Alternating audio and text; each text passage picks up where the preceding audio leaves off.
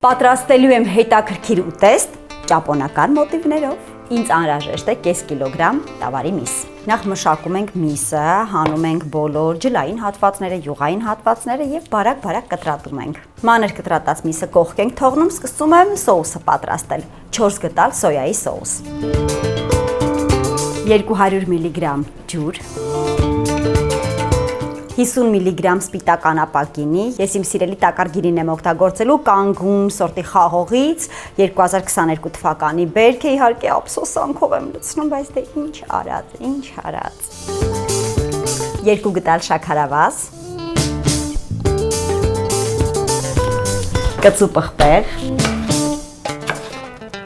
կողք ենք թողնում սոուսը եւ սկսում եմ կտրատել կոճապղպեղը։ Ես խենթանում եմ այս մթերքի համար եւ առանց կոճապղպեղի ճապոնական խոհանոցը պատկերացնել պարզապես հնարավոր չէ։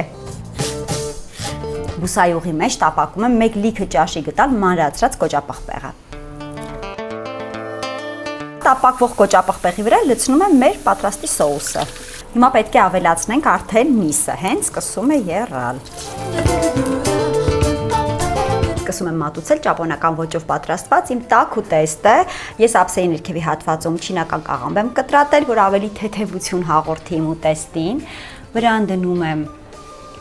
ցորենի ալուրից պատրաստված ուդոն տեսակի լապշան եւ վրայից դնում եմ արդեն տապակած տավարի միսը իր սոուսով։ Վրայից իհարկե քունջութ ենք ավելացնում